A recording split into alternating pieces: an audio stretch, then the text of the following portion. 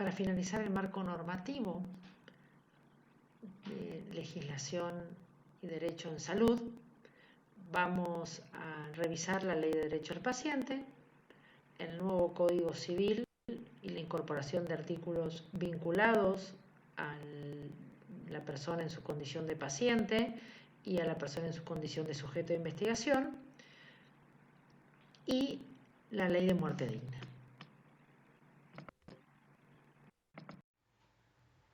La Ley Nacional número 26.529 es la ley que regula los derechos del paciente, todo lo teniente a la historia clínica y lo que tiene que ver con el consentimiento informado.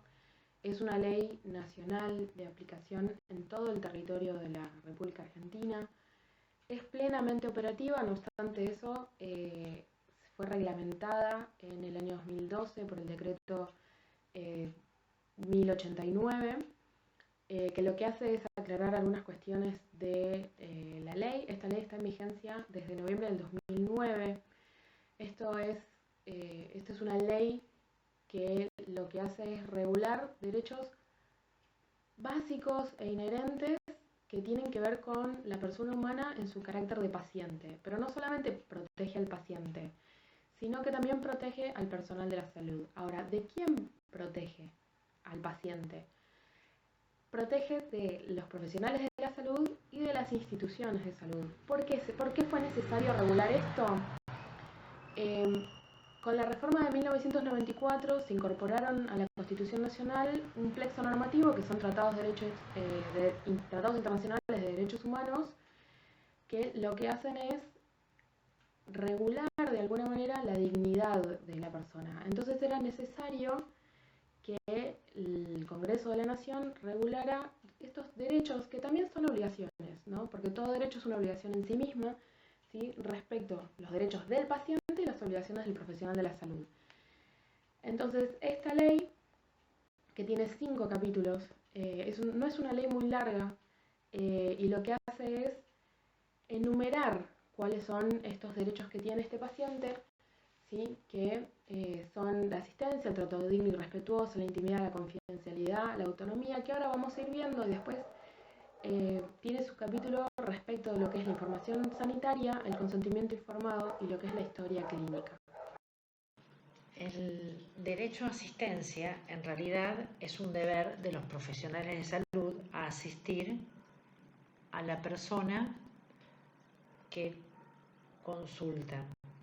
Este deber de los profesionales de salud no puede anteponer condiciones raciales, políticas, religiosas. El deber del profesional de salud es asistir prioritariamente a los niños, niñas y adolescentes, pero sin duda es asistir a todo paciente. Respecto a esto, hay que tener en cuenta que en algunas ocasiones existe para determinados grupos de profesionales objeciones de conciencia, pero esta objeción de conciencia no surge en el momento de la consulta. Si alguien es objetor de conciencia, su institución debe tener un registro de este profesional de la salud, y ser objetor de conciencia no significa abandonar al paciente, de manera tal que si esto sucediera, el profesional de la salud está obligado a garantizarle la consulta a ese paciente con otro profesional de la salud. La dignidad humana está reiteradamente mencionada en todos los documentos de derechos humanos, y en esta ley hace referencia al trato digno y respetuoso del paciente. Es entonces que debemos remarcar que se deben respetar las convicciones personales y morales, principalmente las relacionadas con su condición sociocultural, de género, de pudor, su intimidad, ante cualquier padecimiento. Y como vemos acá y está escrito, este derecho se hace extensivo a los familiares y a los acompañantes. derecho a la intimidad se fundamenta en la dignidad de la persona humana.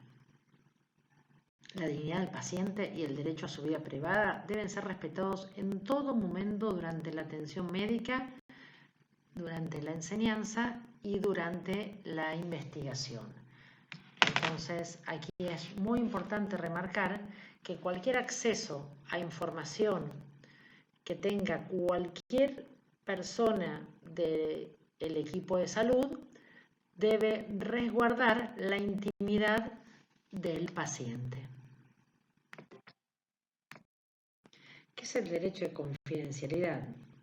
La confidencialidad es lo que se hace o se dice en confianza o seguridad recíproca entre dos o más personas. Y si hablamos del campo de la salud, como veníamos hablando antes de la intimidad, la confidencialidad se relaciona con el concepto de intimidad, con el concepto de privacidad, de confianza y de secreto médico. La confidencialidad reside en los datos que una persona brinda a otra en la creencia que estos mismos serán resguardados. Y esto claramente está vinculado a la relación que existe entre un médico y un paciente o entre un profesional del equipo de salud y un paciente. Por supuesto, está vinculado al secreto profesional, que de alguna manera es la contracara del derecho a la confidencialidad.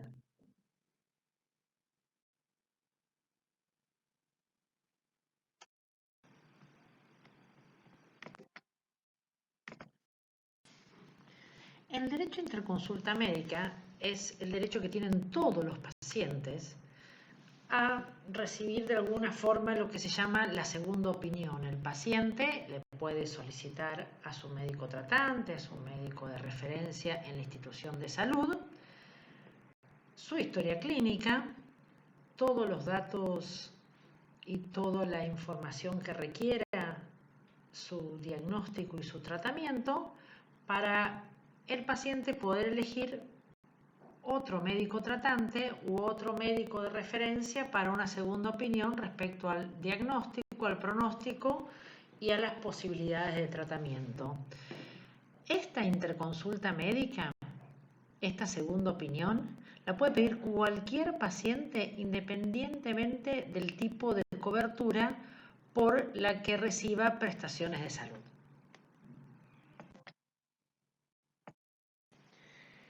El consentimiento informado es una declaración de voluntad del paciente donde manifiesta su adhesión o su rechazo a intervenciones. Es un instrumento de mucho valor y aunque tal vez algunos ya lo vieron como pacientes o lo vieron en el ámbito de sus prácticas, lo que tenemos que saber es que el consentimiento informado no es un formulario. El consentimiento informado es una declaración de voluntad que, si bien en las instituciones de salud existe a veces impreso, es la declaración de voluntad de un paciente que conoce su estado de salud, al que le vamos a explicar cuál es el procedimiento que se le va a realizar, cuáles van a ser los beneficios, cuáles van a ser las molestias, qué es lo que se va a hacer y cuáles van a ser sus consecuencias. Y entonces, esto que a veces conocemos como el formulario a firmar, es la declaración de voluntad de un paciente y este consentimiento informado es un acto médico. Y si bien se firma, en el marco de la ley no está escrito que el consentimiento debe ser escrito, sin embargo las instituciones de salud lo tienen casi reglamentado. Y lo que sí tenemos que saber es que el consentimiento no puede ser genérico. Permito que me operen, el consentimiento tiene que ser dirigido a un determinado paciente con todo lo vinculado a la atención de salud de este paciente.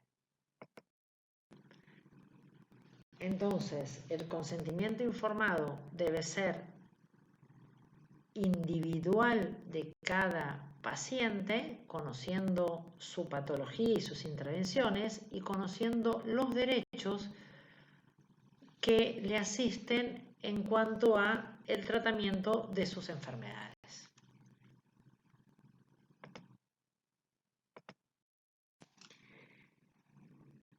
El nuevo Código Civil, hasta acá vimos Ley de Derecho del Paciente. La Ley de Derecho del Paciente es del 2009, se reglamentó en el 2012 y el nuevo Código Civil, como todos saben, es del 2015. Y entonces el nuevo Código Civil toma cuestiones propias de la Ley de Derecho del Paciente y de alguna manera las amplía, y en el artículo 58 y 59 regula las investigaciones en salud en seres humanos que no aparecen en la Ley de Derecho del Paciente. Entonces, esto sí es una innovación en regulación de sujetos bajo investigación a partir del artículo 58 y 59 del nuevo Código Civil.